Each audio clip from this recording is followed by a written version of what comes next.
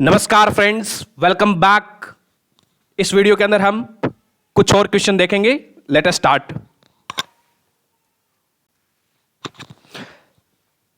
First question है वो हमारा रिलेटेड है ग्लोबल मिनिमम टैक्स डील। पढ़िए आप लोग। तो फर्स्ट स्टेटमेंट इसमें आपको बताना है कौन सा स्टेटमेंट इनकरेक्ट है। तो पहला स्टेटमेंट है वो कहता है कि ग्लोबल मिनिमम टैक्स डील के अंदर एम क्या है इसका, to ensure that big companies pay a minimum tax rate of 15%। जो बड़ी कंपनियां हैं जैसे कि गूगल है, फेसबुक है, अमेजन है, वो 15% टैक्स पे करे and do not avoid taxation. तो वो टैक्स अवॉइड न करे, तो वो अपना मिनिमम इतना 15% टैक्स पे करे। ये इसका एम है। ग्लोबल मिनिमम टैक्स रेट कितना है, 15%। तो पहला स्टेटमेंट बिल्कुल करेक्ट है। दूसरा स्टेटमेंट कहता है कि the rate would apply to all the overseas profit of multinational firm irrespective of their global sale. ये ऑल द प्रॉफिट को अप्लाई नहीं होगा and all the overseas profit of multinational firm को नहीं अप्लाई होगा। तो दिस इज रॉन्ग। तो इसका आंसर क्या हो जाएगा, आपको बताना है इनकरेक्ट कौन सा है। तो two only, b for Bombay. तो G20 की अभी ministerial symposium on tax and development हुआ था। कहां पे हुआ था, बाली के अंदर हुआ था। And global minimum tax deal क्या है, उसके अंदर प्रपोज की गई थी, जिसके अंदर 15% बिग कंपनीज को कम से कम टैक्स पे करना पड़ेगा। यदि कोई कंपनी किसी देश में 5% टैक्स पे कर रही है, मान लेते हैं इंडिया में 5% टैक्स पे कर रही है यूएसए की कंपनी, तो यूएसए की गवर्नमेंट है जो उस कंपनी को फोर्स कर सकती है कि 10% वो लोग और पे करे यूएस के अंदर। तो टोटल इसको कितना पे करना पड़ेगा, 15% पे करना पड़ेगा। एंड ये उन कंपनीज के लिए अप्लाई होगा जिनका ओवरसीज प्रॉफिट है वो कितना है, 750 मिलियन यूरो है। उन्हीं मल्टीनेशनल फर्म के लिए ये एप्लीकेबल होगा। तो सेकंड क्वेश्चन है वो हमारा है विद रिस्पेक्ट टू बेटी बचाओ बेटी पढ़ाओ। तो इनमें से आपको कंसिडर करने हैं। पहला स्टेटमेंट क्या कहता है, it is implemented by the states with 100% central assistant. तो ये बिल्कुल सही बात है कि बेटी Bachao Beti Padhao 100% centrally assistant scheme है, सेंट्रल असिस्टेंट। तो सेकंड स्टेटमेंट कहता है कि there is a provision of direct benefit transfer in this scheme. तो बेटी बचाओ बेटी पढ़ाओ के अंदर डायरेक्ट बेनिफिट ट्रांसफर डीबीटी का कोई भी प्रोविजन नहीं है। तो ये स्टेटमेंट गलत है। थर्ड स्टेटमेंट कहता है nearly 80% of the fund for Beti Bachao Beti Padhao scheme has been used for advertising के लिए उसको यूज किया गया है। दिस इज सही बात है। तो 80% फंड है इसका एडवर्टाइजिंग पे खर्च हो गया था। तो first and third are correct है। इसका आंसर डी फॉर दिल्ली है। तो बेटी बचाओ बेटी पढ़ाओ स्कीम प्रधानमंत्री ने लॉन्च की थी 2015 के अंदर to improve the declining child sex ratio को इंप्रूव करना था एंड वुमेन एम्पावरमेंट और ए लाइफ साइकिल कंटिन्यूम। ठीक है।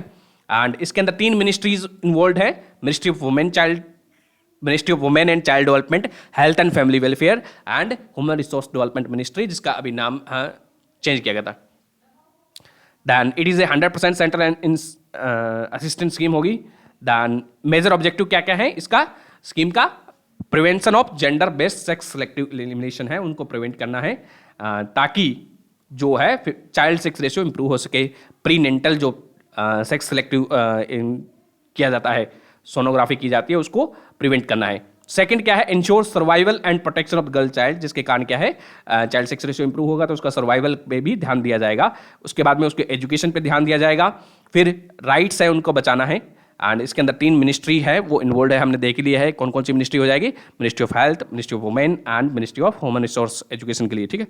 दैन 3 मिनिस्ट्रीज का अलग अलग काम है। Ministry of women and child development इसमें क्या कर रही है, रजिस्ट्रेशन करती है, प्रेगनेंसी का रजिस्ट्रेशन किया जाता है। उसके आधार पे आपको पता चलता है कि कितने बच्चे हुए हैं कितने नहीं हुए हैं, तो उसमें चाइल्ड सेक्स रेशियो को इंप्रूव करने में मदद मिलती है।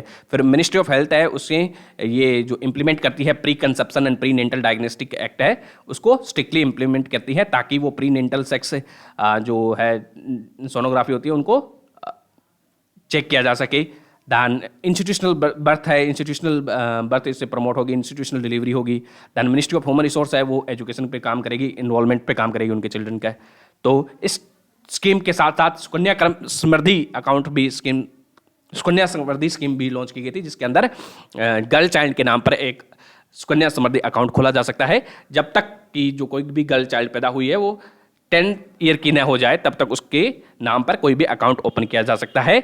उस अकाउंट के अंदर गवर्नमेंट क्या है, इंटरेस्ट देगी 8 से 9%, जो कि ज़्यादा होगा जो हमारा फिक्स अकाउंट होता है उसमें जो हमें इंटरेस्ट रेट मिलता है उससे ये ज़्यादा होता है, ठीक है। तो इसके अंदर मिनिमम डिपॉजिट होता है वो सुकन्या समृद्धि अकाउंट के अंदर कितना हो सकता है, 250 रुपीज़ हो सकता है, 250 रुपीज़। एक साल के अंदर इसका कितना डिपॉजिट किया जा सकता है, 1.5 लाख रुपीज एक साल के अंदर डिपॉजिट किया जा सकता है। एंड 50% मनी है जो इससे विड्रॉ किया जा सकता है जब कोई चाइल्ड 18 ईयर की हो जाए, और ये जो अकाउंट है सुकन्या समृद्धि अकाउंट है वो 21 साल की लड़की होगी तब तक ये एक्टिव रहेगा, ठीक है। 50% जो मनी विड्रॉ है वो एजुकेशन के लिए विड्रॉ किया जा सकता है, 50% शादी के लिए विड्रॉ किया जा सकता है। Then next question is with respect to NITI आयोग।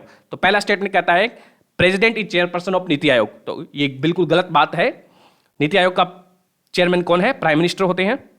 देन सेकंड स्टेटमेंट कहता है provide relevant strategic technical advice to centre state and union territories, ये बिल्कुल सही बात है, ये centre state and union territories को एडवाइस देता है। तो ये प्रीमियम पॉलिसी थिंक टैंक है जिसको 2015 के अंदर बनाया गया था and it has replaced planning commission को रिप्लेस किया था। देन ये क्या है, एक एक्स्ट्रा कॉन्स्टिट्यूशनल बॉडी है जो कि एग्जीक्यूटिव रेजोल्यूशन के द्वारा बनाई गई है, गवर्नमेंट के द्वारा 2015 में फॉर्म हुई थी। तो इसका आंसर हो जाएगा b for Bombay, b for Bombay, 2 only is correct है, ठीक है। तो नीति आयोग ने प्लानिंग कमीशन को रिप्लेस किया है। एंड इसके स्ट्रक्चर में देखेंगे तो सबसे पहले सबसे ऊपर में कौन होते हैं, प्राइम मिनिस्टर होते हैं। प्राइम मिनिस्टर के नीचे एक वाइस चेयरमैन होता है। देन उसके बाद में 4 इसमें एक्स ऑफिशियो मिनिस्टर्स होते हैं। गवर्निंग काउंसिल में सीएम्स भी इन्वाइटेड होते हैं। चीफ एग्जीक्यूटिव ऑफिसर होता है एक, स्पेशल इन्वाइटेड भी होते हैं। इसकी रीजनल काउंसिल भी होती है नीति आयोग की। तो अभी क्या है, परमेश्वरन अय्यर साहब को सीईओ अपॉइंट किया गया था नीति आयोग का, ठीक है। तो देन डिफरेंस क्या है, ये एक है नीति आयोग और प्लानिंग कमीशन 1950 के अंदर बनाया गया था एंड ये थिंक टैंक है।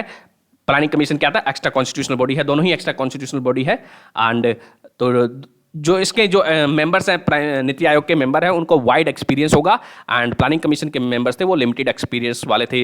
नीति आयोग का मेन काम क्या है, प्रमोट करना है कॉम्पिटिटिव एंड कोऑपरेटिव फेडरलिज्म को। एंड नीति आयोग का जो सेक्रेटरी होगा उसको सीईओ बोला जाता है, जो कि अपॉइंट किया जाता है प्राइम मिनिस्टर के द्वारा। देन तो जो नीति आयोग का फोकस है वो बॉटम अप, नीचे से ऊपर की प्लानिंग पे फोकस है, बॉटम से अप प्लानिंग पे फोकस है। जबकि प्लानिंग कमीशन का जो फोकस था, टॉप डाउन अप्रोच थी, उस पर फोकस था। जो हमारी जो प्लान्ड इकोनॉमी का जो आइडिया था वो टॉप डाउन अप्रोच थी, उसी से आया है, ठीक है। देन जो नीति आयोग है डज नॉट, एक इसका जो है फंड का कोई भी मैकेनिज्म नहीं है फंड डिस्ट्रीब्यूशन का नीति आयोग के पास। जबकि प्लानिंग कमीशन के पास कुछ फंड होता था एंड 282 आर्टिकल के अंदर वो प्लानिंग कमीशन डिस्ट्रीब्यूट करता था, अलोकेट करता था वेरियस स्टेट्स को, मिनिस्ट्रीज को भी। ये डिफरेंस है, main difference. With next question है हमारा वो मनी पॉक्स के रिगार्डिंग, मंकी पॉक्स के रिगार्डिंग है। तो मंकी पॉक्स का नाम चेंज करके अभी WHO ने क्या किया है, एम पॉक्स कर दिया है, स्मॉल एम पॉक्स, ठीक है। क्योंकि ये माना जाता है कि ये डिस्क्रिमिनेटरी है कुछ कम्युनिटीज के लिए। एंड तो फर्स्ट स्टेटमेंट इसके रिगार्डिंग है, एमपॉक्स के रिगार्डिंग पहला स्टेटमेंट क्या है, it is a viral zoonotic disease that occur primarily in tropical rain forest of central and west Africa. तो ये ट्रॉपिकल रेन फॉरेस्ट के अंदर पाई जाने वाली एक वायरल जूनोटिक डिजीज है, यानी कि एनिमल टू ह्यूमन ट्रांसफर होती है। तो दिस इज करेक्ट है, ये देख सकते हो इस डिजीज के अंदर ऐसे फोड़े से हो जाते हैं स्किन पे ऐसे। देन सेकंड स्टेटमेंट कहता है human to human transmission of this does not occur. तो ये गलत बात है, ह्यूमन टू ह्यूमन ट्रांसफर होती है ये डिजीज, मंकी पॉक्स या फिर एमपॉक्स, ठीक है। थर्ड स्टेटमेंट कहता है कि first case of monkey pox was reported in 1958 in humans. ये 1958 के अंदर मंकी के अंदर पहली बार ये देखने को डिजीज मिली थी। तो ये स्टेटमेंट रॉन्ग हो जाएगा। ह्यूमंस के अंदर कब आई थी, 1970 के अंदर आई थी। तो इसका आंसर हो जाएगा फर्स्ट ओनली करेक्ट है एंड तो ए फॉर आगरा इसका आंसर हो जाएगा। तो monkey pox is a viral zoonotic disease है एंड इसका जो वायरस है वो ऑर्थोपॉक्स वायरस जीनस से बिलोंग करता है और उसकी जो फैमिली है वो कौन सी है, पॉक्स विराडे फैमिली है। एंड ये ट्रॉपिकल रेन फॉरेस्ट वाले एरियाज में, अफ्रीका वाले एरियाज में पाया जाता है, वहाँ से ये पूरे देश में दूसरे कंट्रीज में एक्सपोर्ट होता है। रिसेंटली यहाँ पे केरला के अंदर भी इसके केस देखने को मिले थे। देन ह्यूमन टू ह्यूमन इसका ट्रांसफर होता है mainly through the body fluids होते हैं, जैसे कि बॉडी फ्लूइड से होता है, रेस्पिरेटरी ड्रॉपलेट्स हो सकता है, ट्रांसफर होता है, ठीक है। Then next question is regarding I2U2, which of the following countries are member of I2U2 grouping. तो I2U2 की फुल फॉर्म क्या है, India, Israel, USA and UK, ठीक है। तो ये तो UAE है, इसमें UAE एंड US है, ठीक है, India, Israel, UAE and US। तो ये 2 मेंबर हैं, ये नहीं है, तो इसका आंसर हो जाएगा ए फॉर आगरा।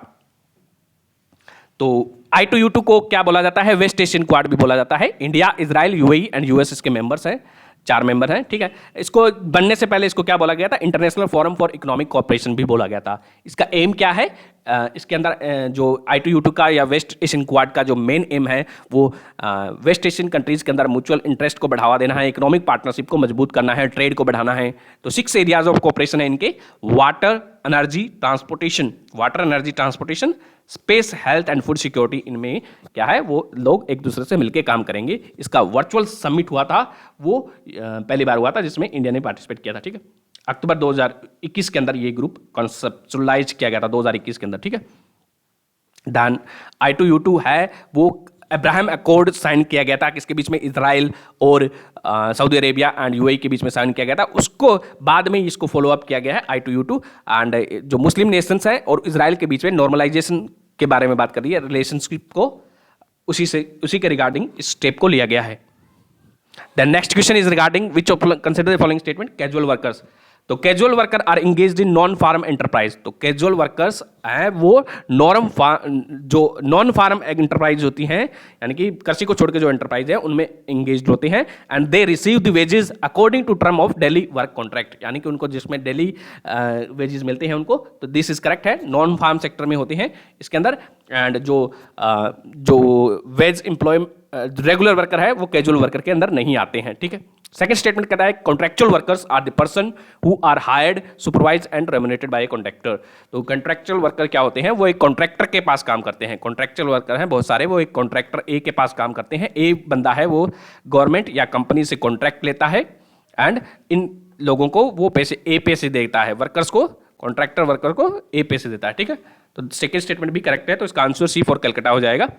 एंड कॉन्ट्रैक्टर के अंडर ये काम करते हैं। Contractor can fire and them hire them, training भी यही करता है, इनको पे भी वही करता है, ठीक है। Next question is regarding Asiatic black bear. With reference to Asiatic black bear consider the following statement. पहला स्टेटमेंट क्या कहता है?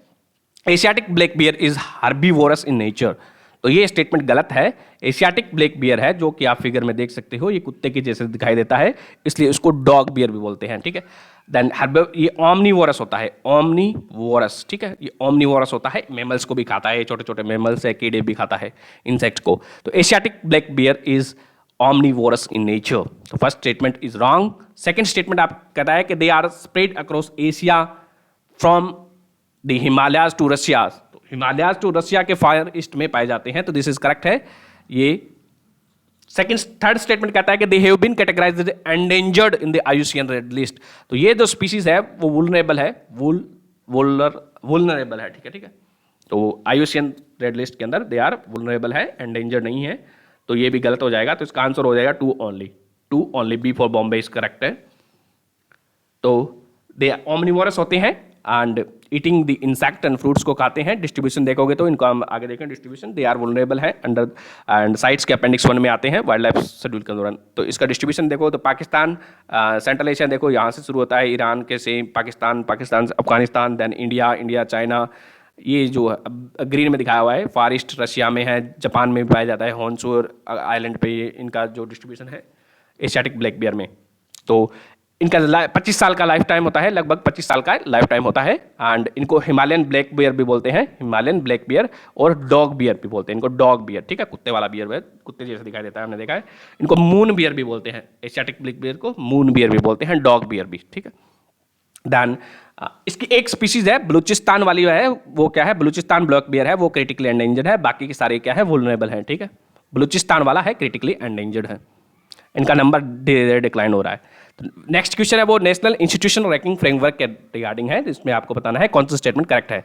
तो नेशनल इंस्टीट्यूशन रैंकिंग फ्रेमवर्क है, इसके अंदर यूनिवर्सिटीज़ है, कॉलेजेस है, उनके रैंकिंग दी जाती है एंड 6 पैरामीटर इसके अंदर कंसिडर किए जाते हैं, जैसे कि टीचिंग हो गया, टीचर टू स्टाफ रेशियो कितना, टीचर टू स्टूडेंट्स रेशियो क्या है, रिसर्च पे कितना पैसा लगाया जा रहा है, उस इंस्टीट्यूशन की क्या इमेज है, उसी आधार पे क्या है रैंकिंग दी जाती है। तो पहला स्टेटमेंट देखते हैं तो डेटा, इसके लिए जो डेटा होता है वो data is provided by institution themselves and national assessment and accreditation council NAAC के द्वारा। तो ये एक गलत स्टेटमेंट है। इसका जो डेटा होता है इंस्टीट्यूशन देमसेल्फ भी देते हैं और थर्ड पार्टी देती है, थर्ड पार्टी इंस्टीट्यूशन हायर किए जाते हैं, वो इसका डाटा प्रोवाइड करती है। तो पहला गलत हो जाएगा। सेकंड स्टेटमेंट कहता है कि IIT Madras has top the overall category of fourth, overall category में आईआईटी मद्रास ने टॉप किया है एंड फोर्थ कॉन्जिक्यूटिव ईयर में इन 2022 की रैंकिंग में। दिस इज करेक्ट स्टेटमेंट है। इसका आंसर बी फॉर बॉम्बे है। तो आईआईटी मद्रास ने चौथी बार टॉप किया है 2022 की रैंकिंग में। तो ये जो है हमने देख लिया कि इसके अंदर 6 पैरामीटर है, जैसे टीचिंग है, रिसर्च है, ग्रेजुएशन आउटकम है, आउटरीच है and perception about the institution. इनके आधार पर वेटेड एवरेज निकाला जाता है इनका एंड डेटा थर्ड पार्टी से हो ही गया। Then next question is regarding medical termination of pregnancy amendment act 2021। तो आप पढ़िए इसको, medical termination of pregnancy amendment act 2021। तो इसने अमेंडमेंट किया है medical termination of pregnancy act 1971 वाला एक्ट है, उसके अंदर उसको अमेंडमेंट किया गया है। ये अबॉर्शंस को रेगुलेट करता है, कितने वीक तक अबॉर्शन कराया जा सकता है। तो अभी क्या है, इसके अंदर क्या कर दिया गया है कि जो 20 वीक्स तक है, एक ही मेडिकल डॉक्टर की राय के आधार पर उसके कंसल्टेशन करके आप लोग वुमेन्स क्या है दो अबॉर्शन करा सकती हैं up to 20 weeks.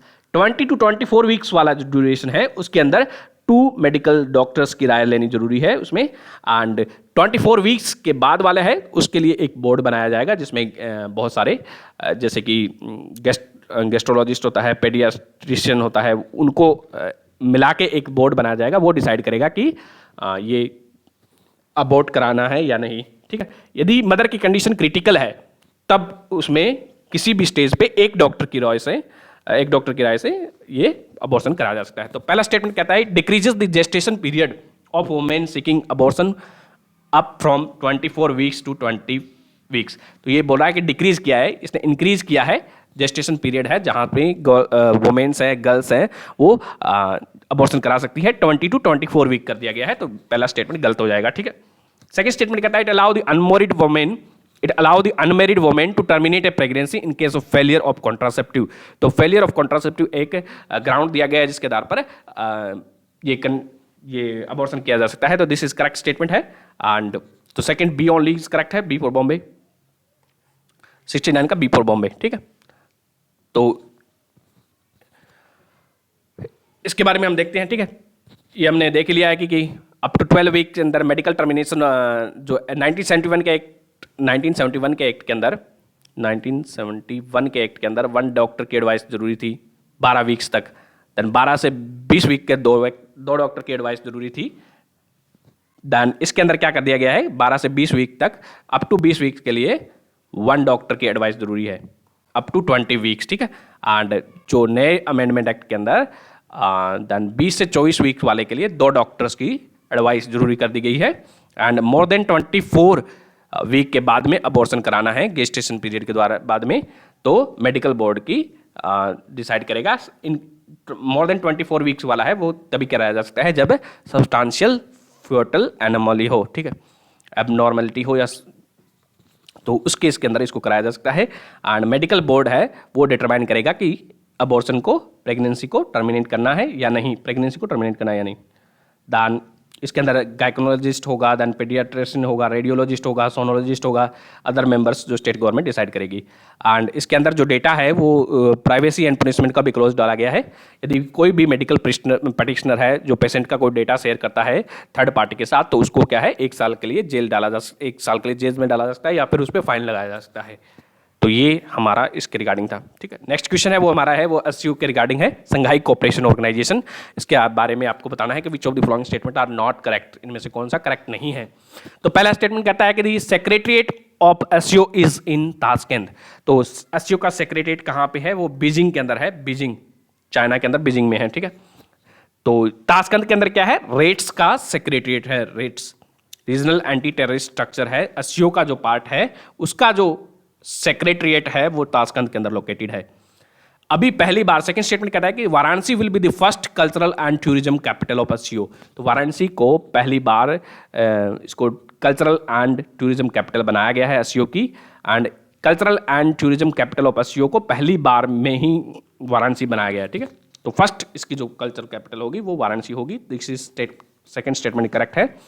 Third statement कहता है कि 2021 वाला एससीओ समिट होगा वो कहाँ पे हुआ था, दुशांबे में हुआ था, and that agreed for Iran to join the group. तो उसमें अलाउ किया गया था ईरान को एससीओ की मेंबरशिप देने के लिए। तो ये भी सही स्टेटमेंट है। तो आपको बताना है नॉट करेक्ट कौन सा है, तो A for Agra, one only इसका इनकरेक्ट है, बाकी दोनों स्टेटमेंट सही है, ठीक है। तो Shanghai SCO, Shanghai cooperation organisation, ये क्या है, एक intergovernmental political economic Eurasian organisation है, मिलिट्री ऑर्गेनाइजेशन है, जिसका एम क्या है, maintaining the peace, security and stability in the region, ठीक है। तो ये एंटी टेररिस्ट एक्टिविटीज के लिए भी कार्य करता है। एंड इसका जो 2021 वाला समिट हुआ है वो कहाँ पे हुआ है, दुशांबे के अंदर हुआ है। इसका सेक्रेटरीट बीजिंग के अंदर है। देन इसका जो नेक्स्ट समिट कहाँ होगा वो समरकंद उज्बेकिस्तान के अंदर हुआ है अभी रिसेंटली वाला, ठीक है। देन वाराणसी को ये डिक्लेयर कर दी गया है समरकंद वाला, 2021 वाला वहाँ पे हुआ था, 2022 वाला ये यहाँ पे समरकंद के अंदर हुआ है। तो मेंबर कौन कौन से हैं इसके अंदर, 8 मेंबर हैं एससीओ के अंदर। चाइना, कजाकिस्तान, चाइना इसके मेंबर कौन कौन से हैं, चाइना है, एंड 4 सेंट्रल एशियन कंट्रीज हैं। 4 सेंट्रल एशियन कंट्री कौन से हैं, Kazakhstan, Kyrgyzstan, Tajikistan and Uzbekistan. Turkmenistan इसका पार्ट नहीं है। रसिया, उसके अलावा रसिया है, एंड बाकी 2 कंट्री इंडिया एंड पाकिस्तान है। इनको 2017 के अंदर ऐड किया गया था, इंडिया पाकिस्तान को ब्रिक्स के अंदर, इसके अंदर एससीओ के अंदर, ठीक है। दान तो इसको याद कैसे करना है कंट्रीज को, इसकी ट्रिक है pic kurta, pic kurta, PIC pic kurta, इसकी ट्रिक बनाई गई है दान एससीओ की। तो पिक में पाकिस्तान है, P से पाकिस्तान, I से इंडिया, C से चाइना, K से Kazakhstan. Pakistan, India, China, Kazakhstan, pic kurta, ठीक है। कुर्ता की फुल फॉर्म क्या है, Kyrgyzstan, Uzbekistan, Russia and Tajikistan. TA का तजाकिस्तान है, TA का तजाकिस्तान है। तो तुर्कमेनिस्तान इसका हिस्सा नहीं है। तो पिक कुर्ता से आप याद रख सकते हो। मेंबर कंट्रीज पूछे जाते हैं, विच of the following is not a member of SCO, ऐसा क्वेश्चन आ चुके हैं, आएंगे भी आगे भी। तो इसका जो स्ट्रक्चर है उसके बारे में देखें तो इसका जो हाईएस्ट लेवल बॉडी होती है वो council of head of state होती है, council of head of state होती है। एंड जो सेकंड लेवल पे जो बॉडी आती है वो council of head of government होती है। हेड ऑफ गवर्नमेंट क्या है, इंडिया का जो प्राइम मिनिस्टर है, एंड मोस्ट इंपॉर्टेंट फंक्शन भी होता है वो हेड ऑफ गवर्नमेंट होता है। देन उसके बाद में एक काउंसिल ऑफ फॉरेन मिनिस्टर होती है, काउंसिल ऑफ फॉरेन मिनिस्टर होती है, वो डे टू डे एक्टिविटीज को देखती है, council of foreign ministers. And जो बजट है वो उसका डिसाइड करती है कौन सी, council of head of government है, वो बजट पास करती है एससीओ का। And council of head of governments होती है, काउंसिल ऑफ फॉरेन मिनिस्टर होती है, that decide on the day to day activities of this organisation.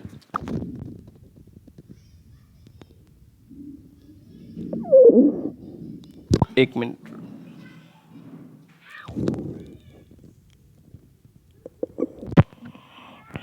इसको क्या हो गया,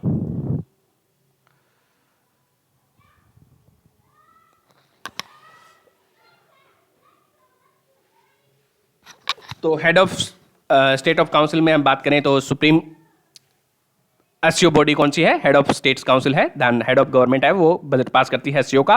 एंड फिर council of minister of foreign affairs आते हैं, फॉरेन अफेयर मिनिस्टर मिलते हैं, वो क्या है, डे टू डे एक्टिविटीज को डिसाइड करती है। एंड इसका जो एक इंपॉर्टेंट ऑर्गेनाइजेशन है, रेट्स बोलते हैं जिसको, रीजनल एंटी टेररिस्ट स्ट्रक्चर बोलते हैं, जो कि कॉम्बैट करेगा टेररिज्म, सेपरेशन और एक्सट्रीमिज्म पे काम करता है। इसकी अभी एक एक्सरसाइज हुई है इंडिया के अंदर जिसका नाम क्या है, जेट, GATE, जेट। तो ज्वाइंट एंटी टेरर एक्सरसाइज, तो ये NSG के द्वारा कंडक्ट कराई गई है इंडिया के अंदर। कहां पे, मानेसर के अंदर इसको कंडक्ट कराया गया है।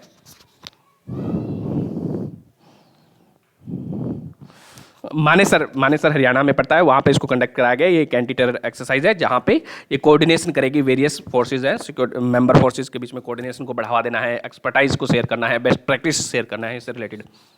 देन नेक्स्ट क्वेश्चन इज, तो नेक्स्ट क्वेश्चन में स्टेटमेंट दे रखा है, इसमें रिलेटेड ऑप्शन है, ठीक है। First, they are drought resistant crop and can grow in poor soil condition with less water, fertiliser and pesticide. यानी कि ये जो है वो ड्राई फार्मिंग की क्रॉप है। They can withstand high temperature, भी विदस्टैंड कर सकती है, making them perfect choice as a climate smart cereals. तो which crop is being talked about, आपको बताना है यहाँ पे। तो इसका आंसर है मिलेट्स के बारे में बात करते हैं। क्लाइमेट स्मार्ट सीरियल्स है वो किसको बोला जाता है, मिलेट्स को बोला जाता है। तो इसके बारे में मिलेट्स के बहुत प्रकार होते हैं, जैसे कि सोरगम है, ये आप देख सकते हो, सोरगम है। देन पर्ल मिलेट है, लिटिल मिलेट है, कोडो मिलेट है, बार्नयार्ड मिलेट है, फॉक्सटेल मिलेट है, फिंगर मिलेट्स हैं, ये सारी मिलेट्स हैं। तो मिलेट्स क्या होती हैं? मिलेट्स आर में एसेंशियल अमीनो एसिड होती हैं, बहुत ज़्यादा रिच होती हैं एसेंशियल अमीनो एसिड में, विटामिन होते हैं, मिनरल होते हैं, naturally they are gluten free होती हैं, उनमें ग्लूटेन नहीं होता है, अल्कलाइन होती हैं एंड नॉन एलर्जिक, तो इनसे एलर्जी नहीं होती है, दस दे आर इजिली डाइजेस्टेबल होती हैं मिलेट्स, ठीक है। एंड इनका जो ग्लाइसेमिक इंडेक्स होता है वो लो होता है, that make it perfect substitute for rice के लिए एक परफेक्ट सब्सिट्यूट है मिलेट्स। एंड इनका जो कोलेस्ट्रॉल वाले के लिए कम अच्छी होती है, good for cholesterol, diabetes and weight loss के लिए इनको अच्छा माना जाता है। दैन तो इनके लिए एक प्रैक्टिस होती है एग्रीकल्चर, इनकी फार्मिंग प्रैक्टिस है जिसका नाम क्या है? अकाड़ी है। तो क्रॉप एक मिक्स क्रॉपिंग सिस्टम होता है जिसमें इसको प्रैक्टिस किया जाता है मिलेट्स को, जिसको बोलते हैं हम अकाड़ी बोलते हैं, अकाड़ी, ठीक है। Then next, NITI Aayog and world food programme ने अभी जो है एशिया और अफ्रीका के अंदर वो गुड प्रैक्टिसेस है उनको मैपिंग करने के लिए एक प्रोग्राम चला रही है। NITI Aayog and world food programme ने एक प्रोग्राम चलाया है। तो मिलेट्स क्या होती हैं? Basically they are small seeded grass होते हैं एंड जिनको हम क्या बोलते हैं? ऑफनली न्यूट्री सीरियल्स और ड्राईलैंड सीरियल्स भी बोलते हैं। सोरगम, पर्ल मिलेट, रागी हम देख ही चुके हैं टाइप्स इनके। तो ये क्या होती हैं? हार्डियर होती हैं, ड्राउट रेजिस्टेंस होती हैं, यानी कि हाई टेम्परेचर को ये रेजिस्टेंट कर सकती हैं। तो इनका जो आने वाले टाइम में क्लाइमेट चेंज होगा जिसके कारण टेम्परेचर इंक्रीज होगा तो इनका अच्छा खासा रोल होगा, ठीक है, इसको क्लाइमेट चेंज को अडेप्ट करने में हमारे के लिए। Millets can grow in poor soil condition में, इनकी वाटर रिक्वायरमेंट कम है, ठीक है, तो इनको क्लाइमेट स्मार्ट सीरियल भी बोला जाता है। The next question is with reference to kala azar, consider the following statement. तो काला अजर को हम बोलते हैं visceral leishmaniasis. Kala azar is also called as visceral leishmaniasis, ठीक है। तो पहला स्टेटमेंट कहता है कि it is slow progressing indigenous disease caused by protozoa, parasite of genus leishmania. तो ये एक प्रोटोजोआ के द्वारा काज की जाने वाली डिजीज है। ये हमारी इंडिजीनियस डिजीज है जो इंडिया के अंदर पाई जाती है। इसके अंदर ऐसे काला हो जाता है बॉडी के, ऐसा लड़की को हुआ है, ठीक है। Then it first statement is correct है, ये इंडिजीनियस डिजीज है, प्रोटोजोआ के द्वारा काज की जाती है जो कि लेशमियानेसिस जीनस से बिलोंग करता है। सेकंड स्टेटमेंट कहता है कि it is transmitted through the bite of infected female phlebotomine sandflies के द्वारा इसको ट्रांसफर किया जाता है। दिस इज आल्सो करेक्ट है, फीमेल सैंडफ्लाइज के द्वारा इसको ट्रांसफर किया जाता है। एंड इसको जो हम कह सकते हैं, इसको याद कैसे रखेंगे? पहले बोटोमाइन, ठीक है, पहले बोटोमाइन सैंडफ्लाइज, ऐसे याद रख सकते हैं हम, ठीक है। तो इसका प्रोनाउंसिएशन तो अलग होगा ऑब्वियसली। तो इसका आंसर सी फॉर कैलकाटा है। तो अभी वेस्ट बंगाल के अंदर ये इसके कुछ केसेस देखने को मिले थे। एंड ये जो काला अजर क्या है, ये इसको ब्लैक फीवर भी बोला जाता है। And it is a slow progressing indigenous disease है जो कि प्रोटोजोआ के द्वारा होती है। एंड काला अजर और लेशमियानेसिस, विसरल लेशमियानेसिस होती है। लेशमियानेसिस 3 प्रकार की होती हैं, ठीक है। एंड इसके बारे में हम आगे देखेंगे। लेशमियानेसिस क्या होती हैं? 3 प्रकार की होती हैं। उसमें जो पहला होता है मोस्ट कॉमन नहीं होता, ये विसरल पहला है, विसरल होती है। तो विसरल लेशमियानेसिस को हम क्या बोलते हैं? काला अजर बोलते हैं। मोस्ट सीरियस होता है ये काला अजर वाला है, तो मोस्ट सीरियस है वो विसरल लेशमियानेसिस होता है। दूसरा होता है वो कुटेनियस लेशमियानेसिस होता है जो कि सबसे ज़्यादा कॉमन होता है। और ये मेडिटेरेनियन वाले रीजन में पाया जाता है कुटेनियस। काला अजर होता है वो इंडिया वाले रीजन में होता है। कुटेनियस वो यूरोपियन रीजन में होता है मेनली। एंड थर्ड इसका जो टाइप होता है वो म्यूकोकुटेनियस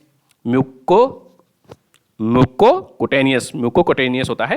एंड इसके अंदर क्या होता है? म्यूकोकुटेनियस के अंदर जो म्यूकस मेम्ब्रेन होती है हमारे नाक में होती है, जैसे कि माउथ में होती है म्यूकस मेम्ब्रेन, वो कंप्लीटली डिस्ट्रॉय हो जाती है, कंप्लीटली या पार्शली डिस्ट्रॉय हो जाती है म्यूकोकुटेनियस के अंदर।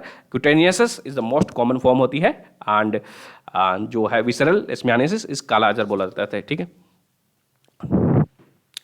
तो ये आप देख सकते हो काला अजर के अंदर क्या होती है, हमारी जो स्प्लीन होती है, स्प्लीन और लीवर है वो लार्ज, उसका साइज बढ़ जाएगा और एनीमिया की प्रॉब्लम हो सकती है। एंड ये ब्राज़ील, ईस्टर्न अफ्रीका और इंडिया में भी हो सकता है काला अजर और विसरल लेशमियानेसिस, ठीक है। एंड यदि हम इसको ट्रीट नहीं करेंगे तो उसके कारण डेथ भी हो सकती है 95 केसेस के अंदर, ठीक है। दैन कुटेनियस लेशमियानेसिस के अंदर क्या होता है कि मेनली अल्सर्स हो जाते हैं बॉडी पे, अल्सर्स। दैन तीसरा है म्यूकोटेनियस लेशमियानेसिस, इसके अंदर क्या होता है? डिस्ट्रक्शन ऑफ म्यूकस मेम्ब्रेन का डिस्ट्रक्शन हो जाता है, नोज और माउथ और थ्रोट का डिस्ट्रक्शन होता है, ठीक है। Then next question is regarding eco sensitive zone. तो which of the followings are benefit क्या क्या है इकोसेंसिटिव जोन के क्रिएशन करने की? तो पहला कहता है कि इन सिटू कंजर्वेशन होगा, दिस इज करेक्ट है, इन सिटू कंजर्वेशन होता है इको सेंसिटिव जोन से। सेकंड स्टेटमेंट कहता है reduction in man and animal conflict, this is also correct है। थर्ड स्टेटमेंट कहता है कि मिटिगेटिंग द क्लाइमेट चेंज, तो इको सेंसिटिव जोन हमारे को हेल्प करेगा क्लाइमेट चेंज को मिटिगेट करने के लिए, दिस इज करेक्ट है। एंड फोर्थ स्टेटमेंट कहता है protection of tribal right, this is also correct है। तो इसका आंसर डी फॉर दिल्ली है। इको सेंसिटिव जोन क्या होता है, ये कोई भी जैसे नेशनल पार्क का वाइल्ड लाइफ सेंचुरी है उसका 100 मीटर से लेके 10 किलोमीटर का जो एरिया है, मान लेते हैं कि नेशनल पार्क है, इसका यहाँ से 100 मीटर से लेके 100 मीटर से 10 किलोमीटर का जो एरिया है उसको हम क्या बोलते हैं, इको सेंसिटिव जोन बोला जाता है, eco sensitive zone, this is eco sensitive zone. Then eco sensitive zone के अंदर कुछ एक एक्टिविटीज प्रोहिबिटेड होती हैं, कुछ एक रेगुलेटेड होती हैं, कुछ एक एक्टिविटीज अलाउड होती हैं। तो कौन कौन सी एक्टिविटीज इनके अंदर अलाउड होती हैं वो हम आगे देखेंगे।